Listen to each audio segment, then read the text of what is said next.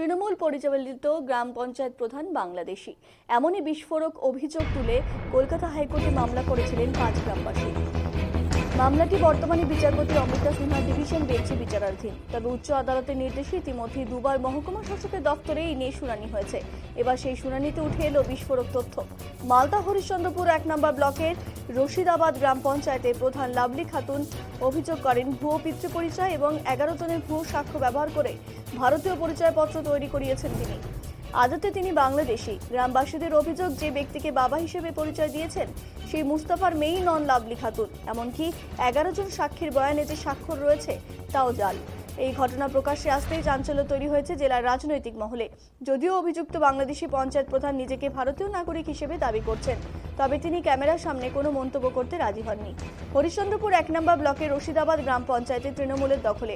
অভিযোগ, তিনি ভুয়ো পরিচয়পত্র দেখিয়ে কংগ্রেসের টিকিটে পঞ্চায়েত নির্বাচনে জিতেছিলেন। এরপর শিবির বদল করে তৃণমূলে যোগ দেন, আর তার পুরস্কার স্বরূপ পঞ্চায়েত প্রধানের চেয়ারে বসেন লাভলি খাতুন।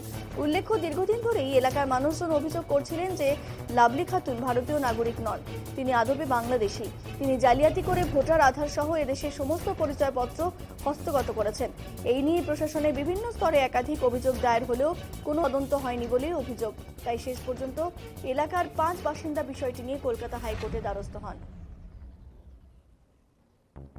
রশিদাবাদ গ্রাম পঞ্চায়েতের যে প্রধান, তিনি কি কুশিদার বাগমারা গ্রামের মেয়ে?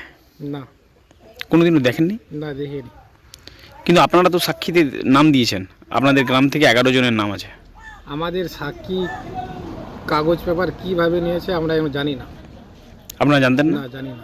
আপনাদেরকে ডেকেছিল বিডিও অফিস, এসডি অফিস? হ্যাঁ, ডেকেছিল, নোটিশ এসেছিল আমাদের এখানে। গিয়েছিলাম ওখানে অফিসে। কি জিজ্ঞেস করেছিল? জিজ্ঞেস করেছিল এটাই যে মুস্তফার কি বাংলা কি লাভলি খাতুন মেয়ে, ওর কি নিজের মেয়ে হয় কি না। তো আমরাও তো কিছু জানি না। আমরা জানি ওর 2টা ছেলে 1টা মেয়ে জানি। লাভলি খাতুনকে কোনোদিনও দেখেছেন গ্রামে, এলাকায়? না, দেখিনি। কোনোদিনও দেখেন না। মুর্শিদাবাদ প্রধান এই ম্যাটারটা অলরেডি সাবজুডিস। বিভিন্ন কমপ্লেন্টস হয়েছে, তার ভিত্তিতে ইনভেস্টিগেশন চলছে। কোনো সাবজুডিস ম্যাটার নিয়ে আমরা আমাদের দলের তরফ থেকে কোনো স্টেটমেন্ট দেব না। আর আপনারা যেটা বললেন তৃণমূলের সিম্বল, না, এটা আপনারা ভুল বলছেন। কারণ এই লাভলি খাতুন তিনি কংগ্রেসের সিম্বলে নির্বাচিত একজন জনপ্রতিনিধি।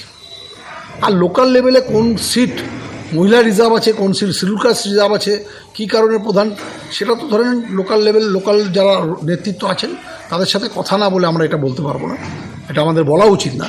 আর সবচেয়ে বড় কথা হচ্ছে সাবজুডিস ম্যাটার নিয়ে আমাদের কোনো স্টেটমেন্ট দেওয়াটা উচিত না। হরিশ্চন্দ্রপুরে রশিদাবাদের তৃণমূল কংগ্রেসের যে প্রধান রয়েছে লাভলি খাতুন, তিনি নাকি বাংলাদেশি, এটা প্রমাণ মিলেছে। আমরা ভারতীয় জনতা পার্টির পক্ষ থেকে বারবার আমরা বলেছি যে তৃণমূল কংগ্রেস দল সব বাংলাদেশি দুষ্কৃতী ধান্দাবাজ দালালদের নিয়েই তৈরি হয়েছে, এবং শুধুমাত্র ভোট ব্যাংকের জন্য মমতা বন্দ্যোপাধ্যায় এসব ধান্দাবাজদের বাংলাদেশিদের নিয়ে এসে তাদেরকে ব্যবহার করে শুধুমাত্র ভোট নেওয়ার জন্য তাদেরকে ভুয়ো আধার কার্ড, রেশন কার্ড করে দিয়েছে। এবং তৃণমূল কংগ্রেসের পুরো একটা র্যাকেট যুক্ত এর সাথে এখনো বুড়ি বুড়ি বাংলাদেশিরা আসছে, সেখানে ভুয়ো রেশন কার্ড, আধার কার্ড রাতারাতি বানিয়ে দেওয়া হচ্ছে তৃণমূল কংগ্রেসের প্রধান পঞ্চায়েতের এবং মিউনিসিপ্যালিটির মাধ্যমে। আমরা ধিক্কার জানাই। আগামী দিন যদি এটা বন্ধ না হয়, ভারতীয় জনতা পার্টি মাঠে নেমে আন্দোলনে নামবে, এবং যারা এই ধান্দাবাজ দুষ্কৃতিবাদ তাদেরকে এই পশ্চিমবঙ্গ থেকে কিভাবে বিতাড়িত করতে হয় ভারতীয় জনতা পার্টি জানে।